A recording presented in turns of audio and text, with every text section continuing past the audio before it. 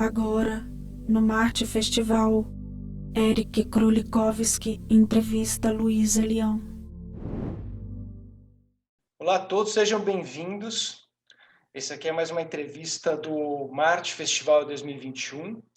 E hoje a gente tem o prazer de falar com a Luísa Leão, que é uma artista que esteve presente na edição passada de 2019. A Luísa tem um trabalho super interessante, muito imagético e musical, as coisas se entrelaçam de uma maneira muito completa e com forte apelo à tecnologia. Então, o foco da gente conversar um pouco com a Luísa é entender como é que é esse processo para ela e como é que ela enxerga essa relação entre música, arte e tecnologia. Luísa, obrigado pela participação. Sabe que é um prazer contar com uma artista. Um prazer conversar com uma artista como você. E eu queria, na verdade, começar o nosso bate-papo perguntando um pouco do seu início, na verdade, de um outro início, que eu sei que você tem um estudo em artes visuais. Eu queria te perguntar primeiro, qual foi o seu interesse em estudar artes visuais no começo? O que te chamava a atenção e por que você escolheu primeiro esse caminho? Cara, bom dia, muito obrigada pelo convite de novo, assim, é um prazer estar aqui com vocês, ainda que virtualmente. Eu tive uma sorte muito grande de ter bons professores na minha escola e de ter um professor de História da Arte incrível e que me deixou muito envolvida. Eu sempre fui muito ligada com as aulas de artes visuais, eu sempre fui uma criança que desenhei muito, que tem uma conexão com a plasticidade, com a visualidade, mas foi no momento que esse professor incrível, que chama Cláudio Crete, me indicou para um outro professor incrível, uma aula de História da Arte, porque eu queria prestar a Faculdade de Artes Visuais já, mas ainda era uma coisa, aquela coisa, né? Você está com 18 anos, não tem tanta certeza de como vão se dar os caminhos, e me indicou para um outro professor que se chama Rodrigo Naves, que é um crítico de arte que tem uma aula de História da Arte, assim, que é muito impressionante, assim, a aula dele aqui em São Paulo. E vendo o Rodrigo dar aula, eu entendi que, acima de tudo, eu sabia que aquela tinha que ser minha formação, que eu queria enxergar a história do mundo a partir daquela ótica ali, da ótica da história da arte, para além das coisas que eu gostava de fazer, de estudar, de desenhar, enfim. Então foi aí que isso tudo começou. Foi um entendimento de qual é a sua formação. Eu sempre soube que eu queria ser cantora, né, também. Mas eu percebi que a minha formação, o que me formaria melhor, era as artes visuais. E como é que você acha que quando fala que a sua formação mesmo era em artes, como é que essa visão das artes, elas impactam o teu trabalho como compositora, como artista? Eu vejo meu trabalho de uma forma bem imagética e visual. Eu acho que mesmo nas minhas composições tem uma visualidade que está ali presente. Eu penso muito em imagens, né? Quando eu vou tentar explicar alguma coisa, são imagens. As sensações, elas me vêm como imagens, como cores. Então, mesmo nas minhas composições, eu acho que já existe essa relação, essa conexão forte, né? A minha espiritualidade, ela é uma espiritualidade de música e miração, né?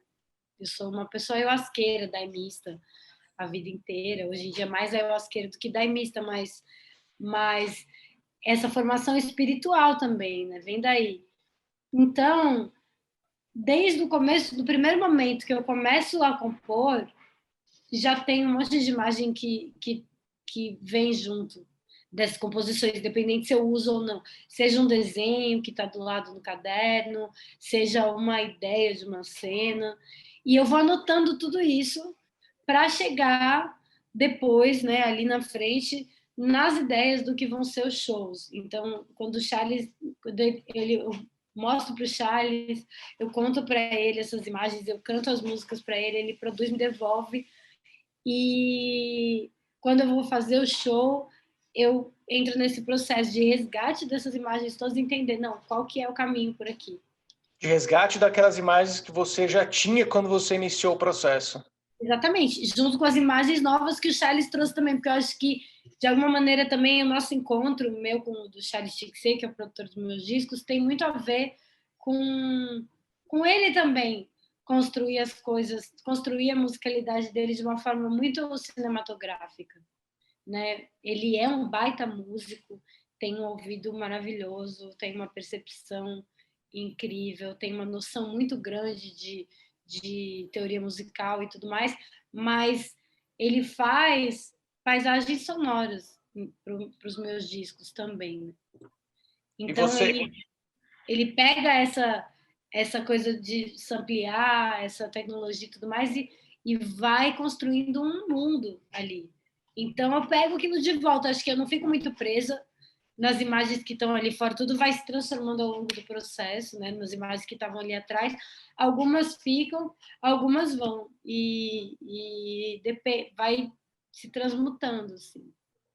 e como é que, vamos dizer assim, qual é a complexidade ou talvez o desafio de você construir uma unidade, né?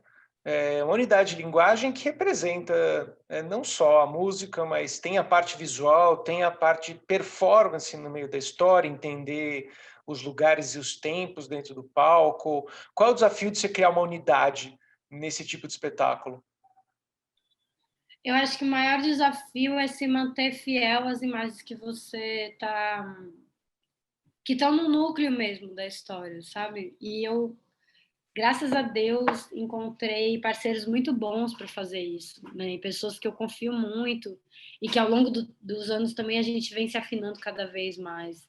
Então, a Bianca, que é a artista que faz as projeções do meu show, é uma pessoa que não só a gente tem uma série de experiências espirituais juntas, como a gente tem uma afinidade. Ela está junto comigo desde 2017, fazendo o Oiá Tempo, e a gente se afina. Então, por exemplo, teve uma coisa que na hora da gente começar a construir o show do Azul, tem muitas coisas que são óbvias no Azul Moderno, Sim, né? Para começar pelo nome, né? Então, tipo, Azul Moderno, né? Mas óbvio, mas não óbvio, né? não é óbvio, mas que eu quero dizer assim, é, na hora de você construir uma imagem, você não vai ignorar que existe essa poética, essa poesia, né? Esse nome em si ele já é uma poesia, o Azul Moderno. Então, você pode partir só disso, da investigação do que é o Azul Moderno, né? E para mim, também, no momento da composição, eu também estava investigando o que era o Azul Moderno, porque isso é um termo que era usado principalmente lá no Acre, antigamente, né, por uma e que está presente numa composição, num hino de Daime, de uma mulher que se chama Maria Damião, que foi uma compositora, uma das primeiras mulheres que da doutrina de Santo Daime que começou a receber hinos, então uma coisa de quase 100 anos atrás. Sim. E daí tinha esse hino que ela falava que que via Nossa Senhora no seu manto azul moderno, ou que a pessoa que não se alinhava não via Nossa Senhora no seu manto azul moderno. E eu ficava pensando, nossa, o que será que é o manto azul moderno, né? O que significa isso? E fiquei investigando até descobrir que era o jeito que a galera, o moderno era o jeito que a galera usava para falar que era um azul pacífico, era um azul do céu. Mas até eu descobrir isso, eu viajei na história do azul moderno, né? Para mim pensar em azul moderno é exatamente pensar nesse azul do céu, com certeza, mas que vai transformando de cor. E todas elas são azul moderno, de certa forma.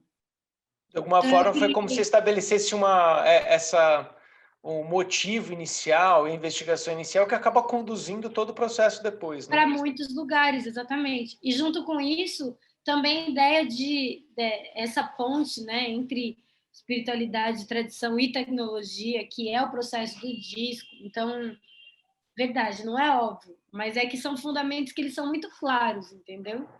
Então, beleza, tem o azul e a investigação dessa cor é um fundamento muito básico, porque a partir de uma coisa muito básica você consegue voar longe, Explorar camadas e descer em explorar outros. muitas camadas. A partir da coisa muito básica que é tradição e tecnologia, você pode explorar infinitas camadas. E foi o que a gente fez no processo da produção do disco mesmo, que a gente gravou ele inteiro, né?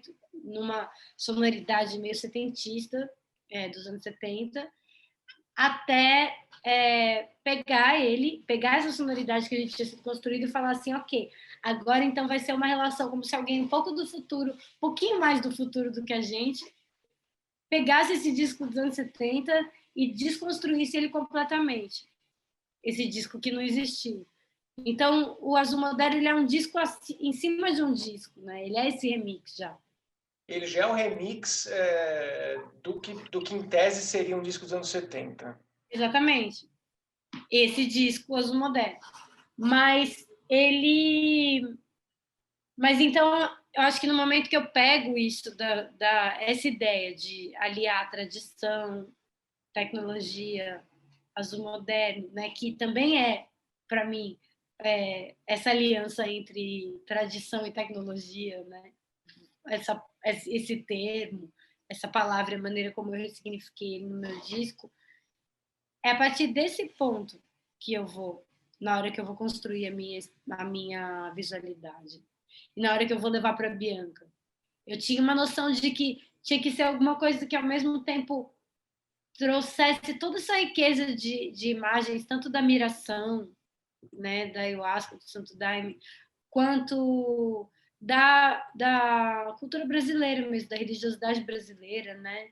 Renda, toda essa noção, as miçangas, as texturas, as cores, tudo mais, mas conseguisse sintetizar de um jeito muito preciso, ou mais preciso que a gente conseguiu, né? Mas de um jeito muito afiado.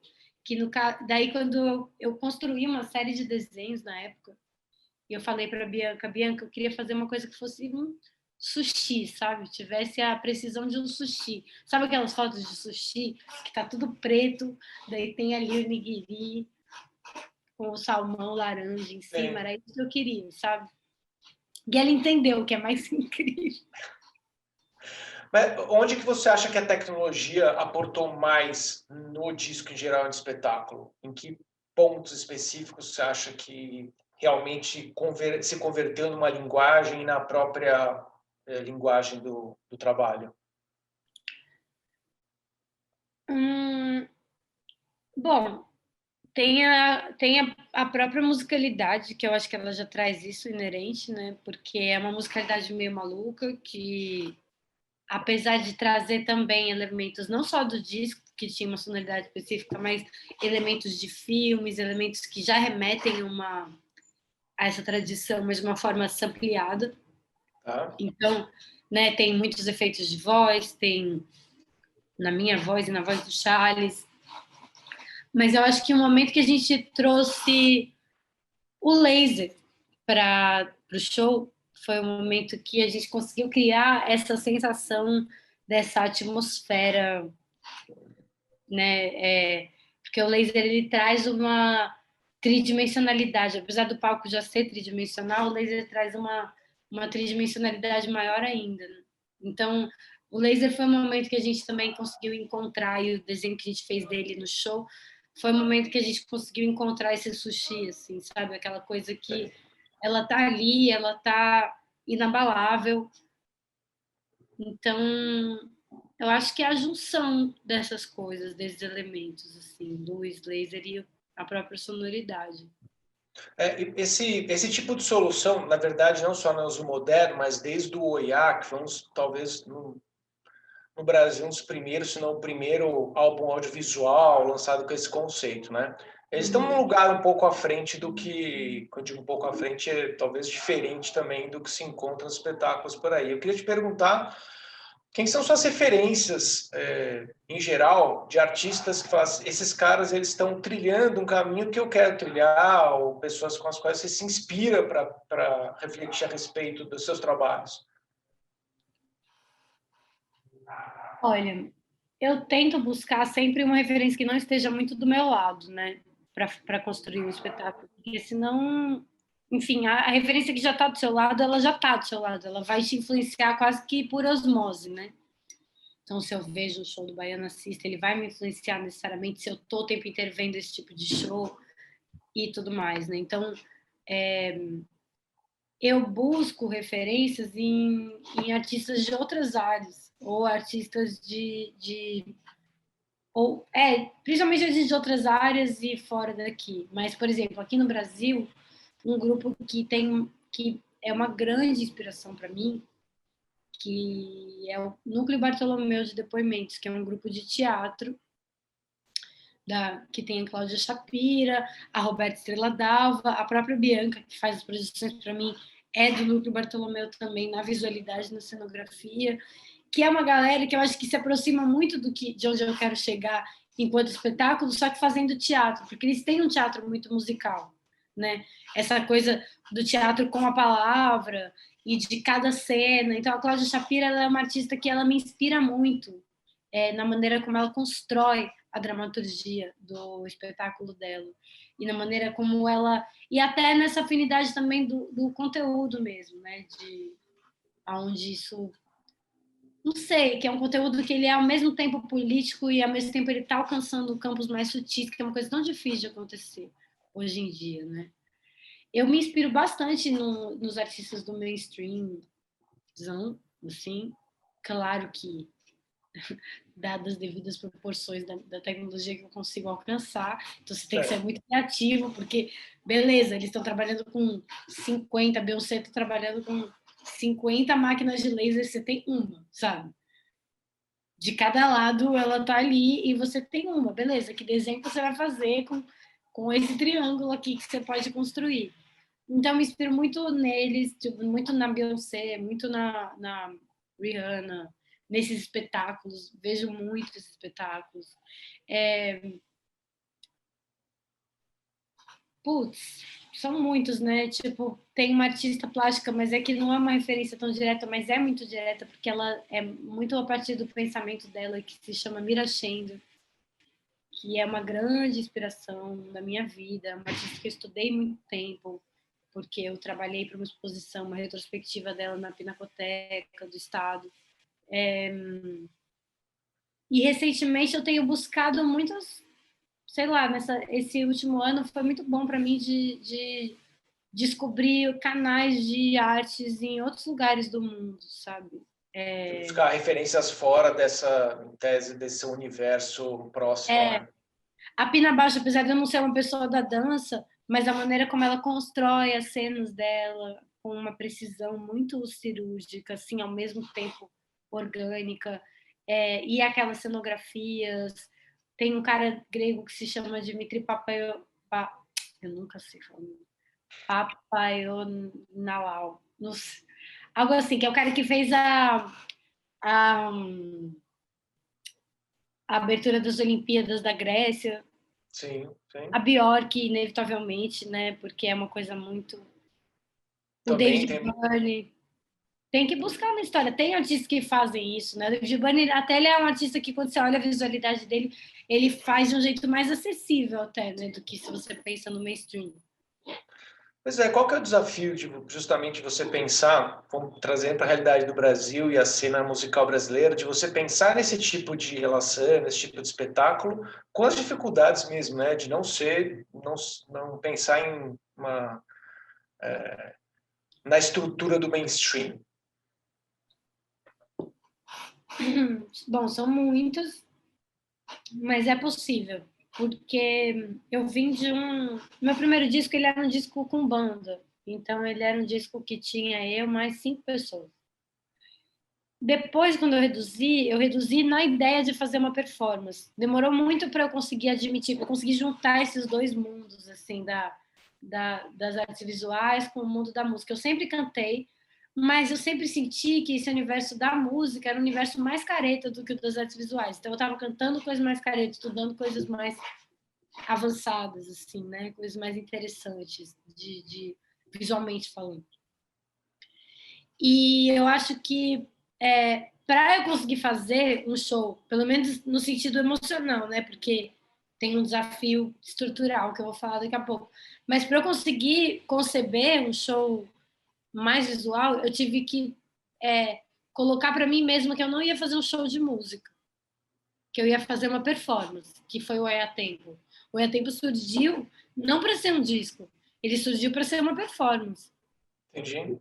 Porque eu queria desabafar umas poesias que eu tinha ali junto com isso, algumas músicas. Até que eu conversei com a Cláudia Shapira, ela falou, mas Luísa, mesmo quando você está fazendo poesia, o seu instrumento mais precioso é a sua voz, é o seu canto. Então coloca canto na sua fala, né? E foi disso que surgiu o É Tempo. Então, primeiro isso, que não era tão complexo de fazer, assim, porque era eu, o Charles, a Bianca, que trabalha com projeção. Não era mesmo. Tipo, o primeiro show que a gente fez foi na Casa do Mancha. Tipo assim, é complexo, óbvio que é complexo, porque é um tempo de preparação. A gente forrou todas as paredes, a gente pendurou aquela saia. Mas foi um show para 50 pessoas. Assim, do mesmo jeito que a gente faz as coisas na música, os artistas visuais fazem também, né? Dão seus pulos, fazem as histórias. O teatro tem muito menos público do que a música que faz aquilo. Eu acho que falta pensamento mesmo, né? Você acha que de pensamento e reflexão, você teve que mudar até o ângulo de visão do que você estava fazendo para poder encaixar essa unidade, né? Para poder encaixar, e daí, no momento de encaixar, também convencer, fazer as pessoas entenderem que meu espetáculo, apesar de ter 2 pessoas no palco, ele era uma equipe de 6 pessoas, pelo menos. Sim, sim. Porque precisava de alguém para montar, no caso do EA, para montar a saia, para fazer a projeção, o palco precisa ser trabalhado de uma maneira diferente, então isso é sim um grande desafio do show. No caso do EA Tempo, mais ainda, porque era uma coisa. Agora com o Azul Moderno a gente já fazia com telão de LED, não. O EA era muito delicado, né? Tinha que montar uma saia. Tipo assim, tinha que preparar um palco de festival que você tem 15 minutos para virar para uma saia gigantesca pendurada nos 4 cantos. Então, foi uma loucura, assim, o que a gente fez no começo. Mas depois ficou mais fácil de entender, porque é isso, a minha equipe é essa. E beleza, tem lugares. Hoje em dia, é muito mais uma questão de equipamento, dos festivais entenderem a importância disso para o espetáculo e atenderem nosso equipamento, que também não é uma grande coisa, assim, não é um. Claro, na música a gente não tem esse hábito de conseguir também ensaiar tanto show, então ele vai se adaptando muito a cada universo, né? A cada festival, a cada lugar. A cada festival, que rider você consegue me dar, o rider ideal é esse, que rider você consegue me dar. Sim. Quando o festival prioriza essa tecnologia, daí a gente consegue fazer uma coisa grandiosa, maravilhosa. Mas em outros você vai acabar priorizando. No Marte foi um negócio que foi super impactante mesmo, né? Porque vocês tinham esse entendimento, né? No Sesc Pompeia, vi um dos shows também, que estava com uma estrutura super interessante também. O Sesc ele ajuda muito nesse sentido, né? Eles têm eles têm a verba para te trazer essa tecnologia, até porque tem uma cultura de teatro e tal. Mas é diferente você conseguir verba para rider no teatro, para um teatro no Sesc, do que para um show musical, porque as pessoas falam, não, você está viajando. Por que essa, pelo menos eu enxergo, talvez no Brasil, tem essa cultura da música não se atentar tanto para essa parte? Olha, vou pegar meu cafezinho aqui. Acho que é caretice o nome disso. Eu acho que a música, claro que vem mudando muito, principalmente os artistas que se destacam no cenário musical atualmente, tá? Mudou muito, mas ela é um ambiente que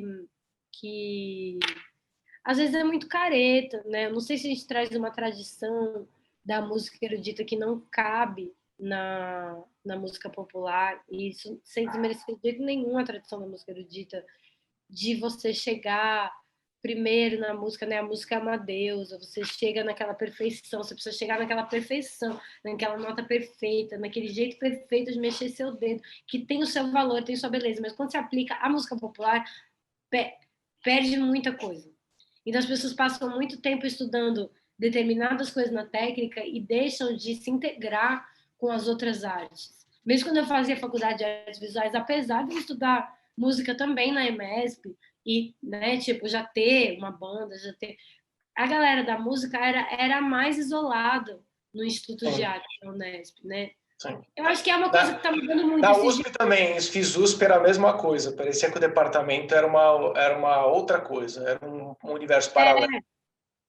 Porque eu acho que a música, de fato, né, ela em si, só ela, já é uma coisa que é tão profunda que, de fato, é difícil integrar, né? Mas também existe um pensamento de que ela é tão importante que o resto não tem que ser tão importante. Eu acho que mais até nas faculdades, principalmente hoje em dia, do que no mercado, na prática. No mercado, em quem está circulando de verdade, sabe? Sim. Nesse mercado independente nosso. Claro que existe um outro universo de pessoas que estão circulando. Na minha época era assim ainda. Eu acho que esse pensamento vem mudando muito nos últimos anos, assim. Mas acho que rola um pouco essa falta de... Não sei, essa falta de... como posso dizer de um jeito legal? É de consideração mesmo pelas outras artes, da parte da música. É de tentar, de olhar para aquilo e entender que faz parte do contexto. Que você, né? Conecta mesmo, porque é mais difícil, de fato, porque a música é som, né? E o teatro, ele necessariamente você está vendo, é uma visualidade, então as pessoas não estão preocupadas só na perfeição daquele som, não, tem a visualidade. Só que eu acho que às vezes falta as pessoas darem esse passo para entender o que é uma performance. Porque se você não se preocupa com a visualidade da sua performance musical, mesmo que você em si esteja ali mais preocupado com o seu som e fazendo ele perfeitamente, você vai gerar um ruído para o seu som. Então, acho que falta essa integração mesmo. O teatro ele tem uma visão, porque ele já parte da experiência do público, que é tríade mesmo. Você não consegue estabelecer o contato com o público, o espetáculo ele não existe, né? Exatamente. Então, você já parte de um suposto diferente. Exatamente. Agora, eu queria explorar um pouquinho mais sobre a questão da tecnologia, porque eu acho que a tecnologia tem vários papéis e logicamente que nos últimos anos a gente vem enxergando que os papéis vêm se ampliando, principalmente na construção da carreira artística, né? Porque não é só o espetáculo, né? A tecnologia hoje está imbricada na maneira como você produz, como você se comunica, como você interage. Então, eu queria começar perguntando como é que você vê hoje o papel da tecnologia de uma maneira geral na construção da carreira de um artista independente ou de um artista não precisa ser independente. Eu vejo que, bom, para a música, essa foi a grande virada, né, da música independente em relação às outras artes visuais. Foi essa coisa do viral, da viralização. Que eu vejo, é uma coisa que eu bato muito na tecla há uns anos já com os meus amigos que são daí de outras áreas, do teatro, das artes visuais. Ai, desculpa, espanto. Do teatro, das artes, mesmo das artes visuais, agora dependendo da área, né, das artes visuais ou da dança, que a gente depende muito da construção de um público. Então, primeiramente, tem essa coisa da tecnologia ser uma aliada na comunicação direta com o seu público, sem precisar de mediador. Isso é incrível, né? Sim. Para além disso, toda a construção da imagem de um artista, ela é feita de uma forma visual também, né? Hoje em dia, acho que a arte performática, ela lida muito com a ideia de projeção. E isso tem que ser pensado na visualidade, na construção de uma carreira. Eu não sou das pessoas mais ligadas às redes sociais, do tipo que tá lá metendo a cara o tempo inteiro, porque talvez na contramão do tempo, eu não tenho o menor interesse em mostrar minha intimidade para as pessoas. Eu não tenho o menor interesse em fazer um Big Brother de mim mesmo nas redes sociais. É uma coisa que me apavora, sabe? Dessa ideia. Então, tem esse lado, e eu quero acreditar que existe uma outra maneira de construir isso, que talvez seja menos viral, mas seja mais sincera com o meu trabalho, sem precisar me expor muito, né? Qual que é o A gente limite acabou disso? encarecendo muito, no fim das contas, a maneira como a gente usa a internet. E eu sou uma criança dos anos 90, sabe? Eu ficava brincando ali no ICQ, tipo, conhecendo gente. E, sei lá, brincando de invadir o computador da galera do meu prédio, porque estava todo mundo ligado na mesma rede. Depois disso, de acreditar, de estudar na Faculdade de Artes Visuais, inclusive, era o grande diferencial da Unesp, ter um pensamento um pouco mais para frente em relação a isso, redes de criação, entender os fluxos né, tipo, movimentos que tinham feito já num pensamento de colaboração. E, de repente, toda essa possibilidade que a internet trazia, enquanto expansão mesmo, lugar de compartilhamento de conhecimento mesmo, real. Tipo, ó, site que você vai achar todos os livros de filosofia importantes dos últimos 50 anos, sabe? Sou SIC.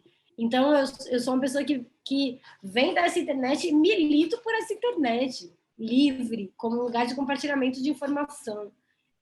Eu acho que, hoje em dia, por um lado, a tecnologia é uma grande aliada, por outro, é uma tristeza profunda a maneira como a gente se relaciona com ela. Porque nesse processo de fazer conteúdo todo dia, você não tem espaço para fazer arte. E eu não estou interessada em fazer conteúdo todo dia, necessariamente. Eu estou interessada em fazer arte. Isso daí, bom, logicamente que esse processo que a gente viveu no último ano e ainda está vivendo, estamos no gerúndio, né? Fez com que, de alguma forma, as pessoas estivessem cada vez mais conectadas, virtualizadas, e que, de repente, eram aquela falsa ideia de que agora teremos tempo para consumir mais conteúdo. De repente, o que a gente vê, e que já vem de um tempo, é um excesso de... Quando eu vou dizer um excesso de conteúdo, é que, assim, o conteúdo está disponível, a questão não é mais conteúdo está disponível. É diferente do problema de antes, né? Só que isso traz também, impõe um outro ritmo de aceleração cada vez maior de produção e consumo de conteúdo. E onde que está esse limite? Porque, de alguma maneira, você acaba cada vez mais acelerando, né? Até assim, corrigindo um pouco, repensando, na verdade, mais que corrigindo o que eu falei, não é que eu não acho que dá para fazer arte, mesmo eu fiquei pesquisando, eu peguei minha irmã, tenho minha irmã de 17 anos, e eu falei, Mina, me ajuda a achar umas páginas de TikTok legal, quero entender esse negócio, sabe? Tipo, o que é isso? Tipo, o que é essa nova linguagem? Então, seria muito careta da minha parte dizer que não dá para fazer arte dentro desse fluxo. Mas eu acho que quando você faz dentro desse fluxo, o que vale são outras coisas que não o produto em si que está sendo explorado, né? Então, vale o mote, vale o gatilho, vale o personagem que se cria. Então, tem várias páginas de comediantes que cresceram nos últimos anos, no último ano especialmente, né? Tem a Pequena Lô, que são pessoas que fazem vídeos de 15 segundos. E a questão em si não é tanto o vídeo de 15 segundos que ela fez, mas mais o personagem que ela criou. E a partir desse personagem que as pessoas se identificam com aquilo. É um jeito de fazer também, né? Então, mesmo as páginas que eu comecei a seguir, é mais essa... Parece que a arte, ela chegou quase que no limite da tentativa do arte-vida. Né? Assim, a gente ficou buscando, até que agora que melhor que não tenha maquiagem nenhuma, que seja o mais vida possível. Ou então não, que seja esse simulacro muito louco da sua própria vida. Eu não sei, eu te confesso que eu fico um pouco em vertigem com tudo isso. E acho muito difícil olhar para qualquer coisa, ou cravar qualquer coisa a respeito de para onde as coisas vão, para onde a gente está caminhando, ou como é possível fazer. Inclusive, isso é uma coisa que me enlouquece. Eu paro muito para pensar, eu fico assim, meu Deus do céu, será que eu estou muito atrasada, sabe? Será que... não sei, tá tudo se ressignificando, mas eu chutaria que é mais nesse lugar, assim, é um núcleo que dele ficam brotando um pouco repetições da mesma coisa. É como se você entrasse numa sala cheia de gravuras, assim, né? Uma sala cheia de... Você, enquanto artista, qual que você acha que é o limite entre arte e vida e da exposição da própria vida? Eu acho que o limite é estético, né? Eu acho que o limite é quando, de alguma forma, aquilo deixa de ser natural. Eu acho que o natural não é o que interessa a arte, necessariamente, sabe? É quando aquilo faz um twist na realidade que isso começa a ser arte. Mas isso, assim, sem querer ser fiscal de arte, né? Do que é, do que não é arte. Mas eu acho que a diferença entre um artista produtor de conteúdo e um produtor de conteúdo simplesmente é quando ele consegue gerar algum tipo de estranhamento na própria realidade. E não ser só uma representação daquilo que precisa ser feito. Na verdade, até a diferença entre um artista e um publicitário, sabe? A gente virou todo mundo mais publicitário do que artista, na verdade. Todo mundo, eu digo todo mundo mesmo, não os artistas. Todo mundo do mundo está o tempo inteiro vendendo um estilo de vida, vendendo uma imagem, vendendo. E essa sede, né, vendendo um personagem. Até a maneira de fazer arte, às vezes, é invadida por isso, né? Porque você tem que ficar ali vendendo o seu peixe, vendendo sua imagem, vendendo a construção que você fez de si mesmo, desse personagem que você criou. Então, eu acho isso tudo uma grande loucura, assim. Eu acho que... Mas esses dias eu li, eu não sei de quem que era a frase, foi de internet. Eu não sei se era do Ezra Pound, mas era uma frase que falava assim, que a arte começa quando a imitação termina. Necessariamente, pelo menos me pautando pela minha história, todo o processo de criação passa por um processo de mímese. Então, eu aprendi a cantar imitando determinadas cantoras, né? Eu aprendi a cantar jazz imitando a Billie Holiday. Quando eu ouvia ela, eu imaginava como que estava o rosto dela. Esse processo de imitação também me fez descobrir lugares que ressoam a minha voz. Sim. Então, eu acho que no momento que eu consigo atravessar isso que eu aprendi imitando e construir algo que seja novo, sem necessariamente precisar me desconectar daquilo, é o momento que eu estou fazendo arte. E eu acho que vale para uma imitação de si mesmo também. Isso daí tem muita analogia com as teorias de educação musical, educação mesmo de arte-educação, educação patrimonial, que é a imitação e depois a ressignificação a partir do próprio repertório, dos próprios signos, né? Inclusive, no fim das contas, foi isso que eu estudei na faculdade. Licenciatura em Artes Visuais, Educação. É muito louco esse processo. Agora, voltando até um pouco no que você estava falando sobre o primórdio da internet, os coletivos, etc., também é claro que a tecnologia hoje, por estar tudo tão disponível, o próprio conceito da maneira como a gente produz é muito diferente. A cultura do remix, a cultura sabe, da produção coletiva, isso coloca também em xeque a questão não vou dizer da originalidade, né? Mas onde você consegue colocar a tua visão, e a tua visão é uma coleção dessas referências, né? Será que os artistas estão fazendo um bom uso do que a internet possibilita? Porque ela possibilita tudo isso, né? Com certeza. Eu acho que tem de tudo, né? Mas eu acho que o que é muito louco, que eu tenho refletido um pouco, até porque a gente trabalha muito com sampler, a gente trabalha muito com... que é um filho disso, né? Eu acho que já foi produzido tanto na curta história da fonografia, se é assim que se fala, mas no curto tempo, né? Porque se você for pensar comparado com a música, com a história da música, com a história da arte e tal, é uma coisa de mais de 1000 anos. Mas a gente grava começa a gravar o quê? No começo do século passado. Mas nessa curta história já foi gravado, o que foi escalonado é tão exponencial, já foi gravado tanto tipo de coisa, tanto tipo de sonoridade, que na diluição, a gente vive uma espécie de uma diluição de tudo, né? A sensação que eu tenho é que a história é, assim, pretensamente, né? Andava para frente, então é 1, 2, 3, 4, 5, nananã. Parece que quando chega o século XXI, a gente começa a desdobrar a história.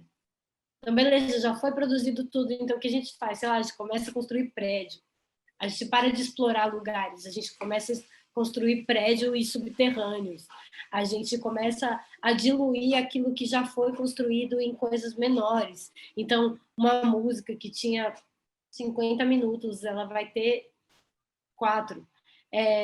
Daí, a partir disso, eu vou pegar essa música de 4 minutos e eu vou pegar um trecho dela. E esse trecho dela vai ser o meu instrumento, que daí, chegando na sua pergunta, que eu acho que é isso, sabe? A maneira como a gente lida com esse tipo de conteúdo, com esse tipo de colagem mesmo.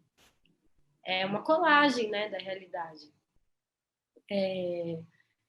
E eu acho que é usado de um jeito incrível, porque é muito louco, porque nessa subdivisão a gente está aqui entre o 0 e o 1 tem 0,00001, 0,0000001, 0 infinito 0,1, sabe? E existem infinitas possibilidades nesse desdobramento, nesse mergulho dentro da nossa própria história e na construção disso. Ao mesmo tempo que é uma coisa que vai ficando cada vez mais narcisista, né? A gente deixa de olhar para fora para ficar se esmiuçando dentro daquilo que a gente já construiu. Então, também tem a sua cegueira, mas tem a sua beleza. Esses dias mesmo falando nisso, ontem, na verdade, o Common Copyright Brasil lançou uma cartilha, que, enfim, você deve colocar no link aqui, ou no link, ou no bate-papo, ou em algum lugar do Martin, que eu achei muito interessante, explicando o que é esse lugar do direito autoral, que tem a ver com essa discussão, né? Porque hoje em dia a gente usa muitas obras de arte abertas.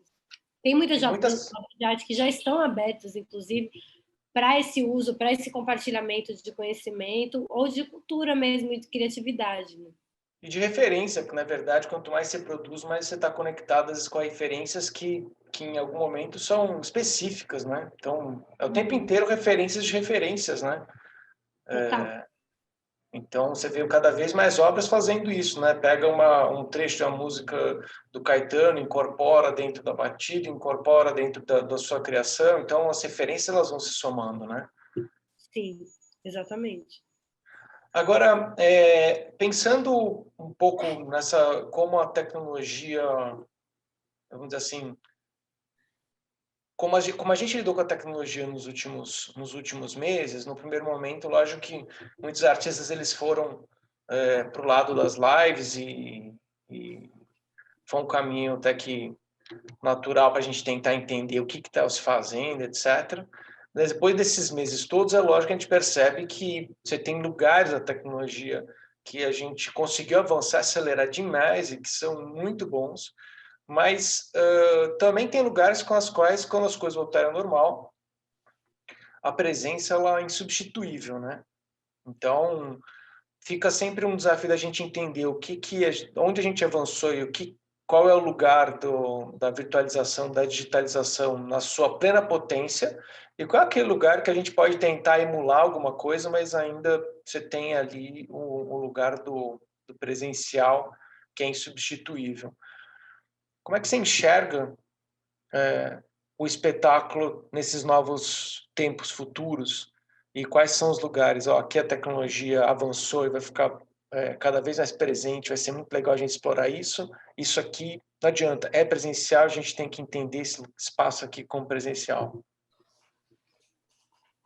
Eu acho que, bom, na minha opinião, o espetáculo em si não existe sem presença. Isso não existe, sabe? Nem faz sentido substituir. A live, ela tem uma coisa de...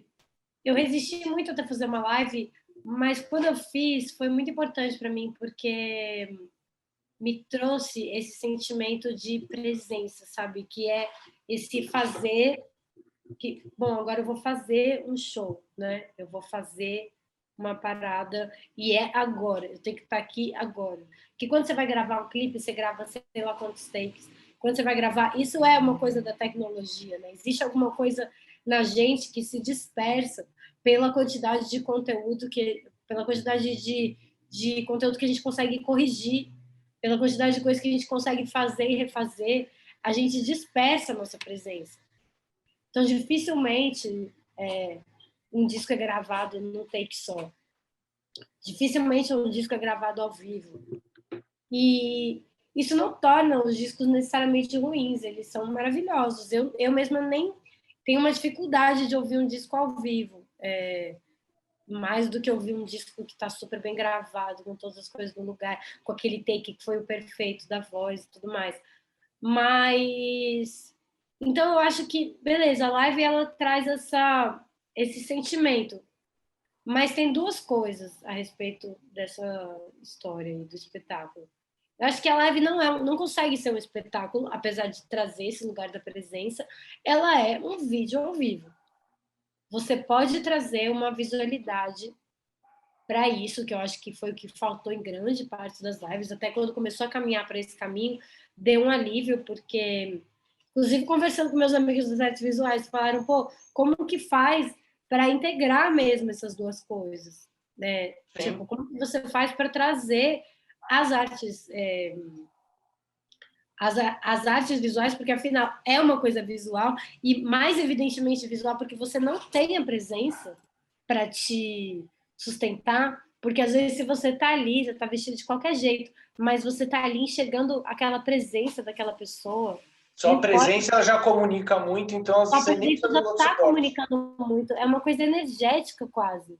Então, já tem. Agora, quando você não tem essa tridimensionalidade da presença, e você só tem o ao vivo, você precisa pensar na imagem de uma outra maneira.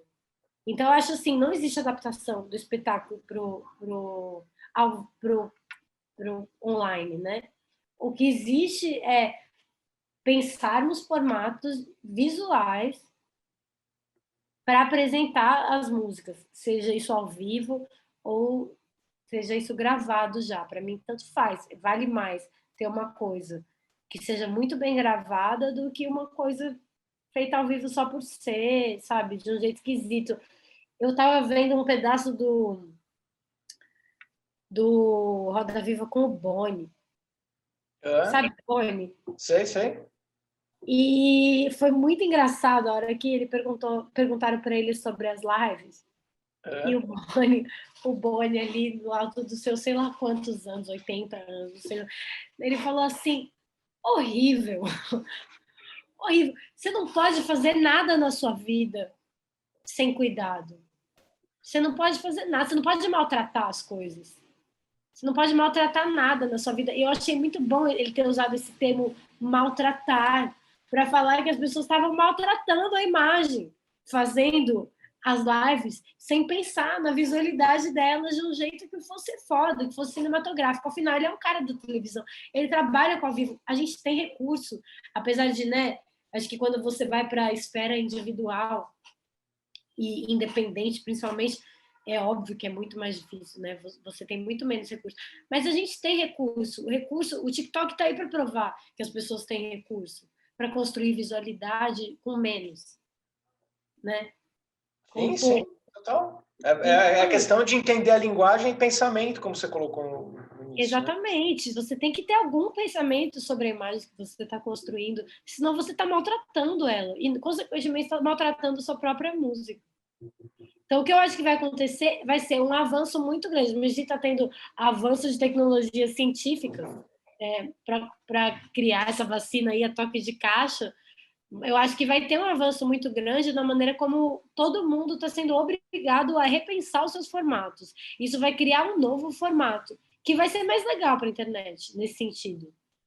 Nesse sentido, está falando de criar um novo formato e não tentar mimetizar ou reproduzir um formato que não é replicável. não é replicável, e não é, e a gente tem que aceitar que ele não é replicável. E daí eu acho que quando a gente aceita que ele não é replicável, pode até ser que a gente consiga se aproximar dele, mas para se aproximar dele você tem que mentir, você tem que fazer arte, você tem que fazer cinema, você entende? É um Talvez lugar da... seja o mesmo processo que você fez com a IA, de pensamento, né? Se eu penso que aquilo lá é uma música, não me resolvia, mas a partir do momento que eu penso que é uma performance, aí a coisa se Exatamente. resolve. Exatamente. Eu acho que é por aí. Pelo menos é por aí que eu tô começando a ir. Porque é isso, eu também vivo esse dilema de não tô interessada, não acho que condiz com a minha música, com tudo que eu tô apresentando na minha música, eu ficar tipo, oi, gente, tô aqui, comi, sabe? Oi, gente, tô aqui passeando com meu cachorro. Oi, gente, tô aqui com diarreia, sabe? Tipo, acho que não tem nem porquê, entendeu? Não é do que eu tô falando. Não é disso que eu tô falando nas minhas músicas. Então, por que eu vou fazer isso? Se é disso que você tá falando nas suas músicas, talvez faça mais sentido. Não tô condenando ninguém, né? Pela maneira como é. Porque, como eu disse, tá tudo tão caótico que é difícil você enxergar ou cravar qualquer coisa. Sim. Eu me lembrei agora, justamente uma das lives mais comentadas foi a do próprio Criolo no Twitch, né? Que daí acho que a abordagem já foi, o ângulo já foi diferente. Lógico, uma produção absurda, mas é que já era com foco diferente, era uma coisa já Eles entenderam a gamificada, era parada outra como história. cinema. Cinema e game, era Cinema e outra game. história. Essa é a linguagem. E também é isso, né? Tipo, o game, o João, meu empresário que estava me contando isso outro dia, a indústria do videogame, eu acho que ela representa, assim, sei lá, 70% da indústria do entretenimento, sabe? 80%. A indústria do game, ela fatura mais que a música. Não, não é mais que a música. Ela fatura 70% da indústria do entretenimento. Ou seja, a música, ela tá nesses 30% junto com o cinema, junto com a televisão, junto com o rádio, junto com tudo. Então, quer dizer, é uma parada que se a gente não olhar para isso, a gente está muito atrasado. Se a arte, não estou falando a gente a música, estou falando a gente enquanto artista, enquanto pensamento de arte, sabe? Por que não está se discutindo o game enquanto uma forma artística? Sim, sim, sim. E você acha que esse é um lugar que você gostaria de explorar? Por exemplo, questões como realidade virtual ou o próprio universo dos games, isso você tem assim vontade Super, de dar? super. É uma das minhas maiores pesquisas ultimamente. E do Charles também, paralelamente, né? Ele é um cara super gamer, eu sou menos. Eu parei ali no Super Nintendo, ali no... E fico nos jogos indies que eu estou descobrindo agora, mas eu amo. Mas a gente pensa muito, né? Reflete muito a respeito dessa linguagem enquanto forma de linguagem artística e criação. Todo esse meu novo disco, ele é bem pensado a partir disso também, do disco que eu estou construindo agora, que não está lançado. Mas ele tá com nesse sentido da investigação, com essa temática, vocês estão se aprofundando nisso para a Sim, construção? sim, super. E qual que é vamos dizer assim, qual é o desafio de você lidar com essa referência? Todo, né? Porque, enfim, para você fazer um jogo é uma coisa que é meio quase impossível. Não é impossível, mas ele é uma coisa, é uma outra linguagem, até a maneira como a música tá ali dentro e tal. Então, acho que eu faço uma reflexão muito mais sobre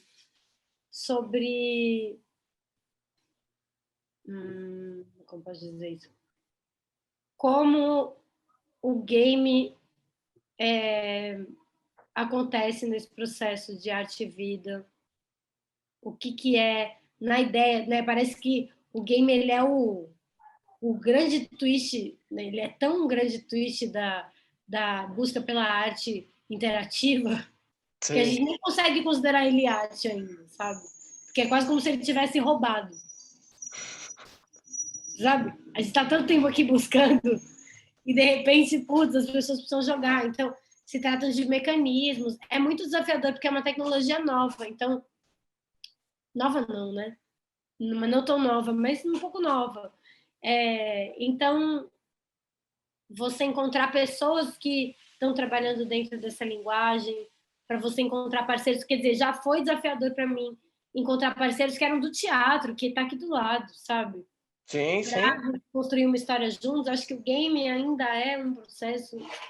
Você conseguir encontrar parceiros que consigam estabelecer esse diálogo, né? Para poder fazer de fato um outro tipo de criação, né? Exatamente. E eu acho que isso foi muito acertado ali na live do Criolo, nisso que eles estão propondo, porque isso, o game, eles possibilita construir mundos, né? Sim. Você constrói mundos, mas ainda não é game, ainda é muito mais uma coisa 3D do que a visualidade do game, né? Porque essa tecnologia que eles usaram é uma tecnologia que está sendo muito usada no cinema. Sim, sim, sim. Na Tipo, verdade, é muito louco como às vezes técnicas que já foram usadas em outros campos, como você colocou, às vezes são até simples, podem fazer uma diferença absurda, né? exatamente. Então, às vezes tem coisas que você... Simples aquilo ali não é, né? Não é nem um pouco Não simples. dele, mas de outras, às vezes outras são coisas que não são complexas, mas que às vezes também não são utilizadas, não são Exatamente. incorporadas, né? Exatamente. Então é um pouco isso, né? Você sair da caixa, de você ter um pensamento mais a respeito do todo do que a respeito só do seu precioso trabalho musical. Eu acho que é a maneira de construir alguma coisa nova no mundo, né? Sim, E, sim. na verdade, as pessoas falaram muito do crioulo porque é mais o nosso meio, mas no dia que teve aquela live do Caetano, que eu acho que inclusive que não sei se ganhou a PCA, mas estava concorrendo pelo menos, está concorrendo a PCA,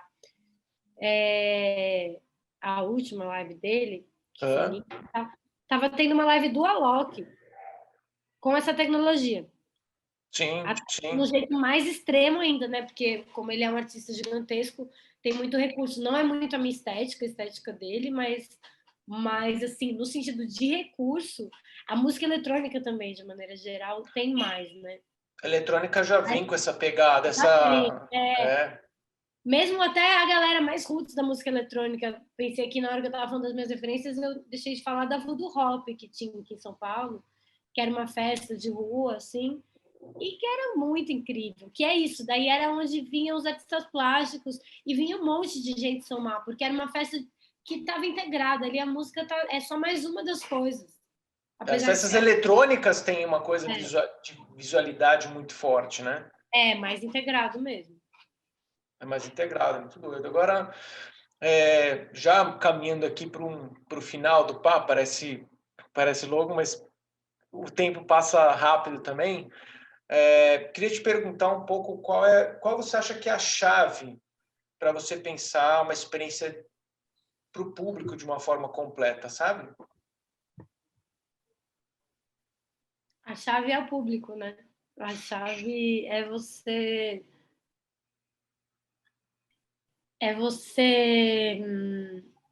fazer esse deslocamento e entendendo o que você imagina que aquelas pessoas podem atravessar. Então, a performance, ela é ritualística. O momento de um show, e nesse sentido que ele é insubstituível. Porque um ritual que você faz sozinho, ele trabalha outro tipo de energia muito diferente do ritual que é feito coletivamente. Então, existe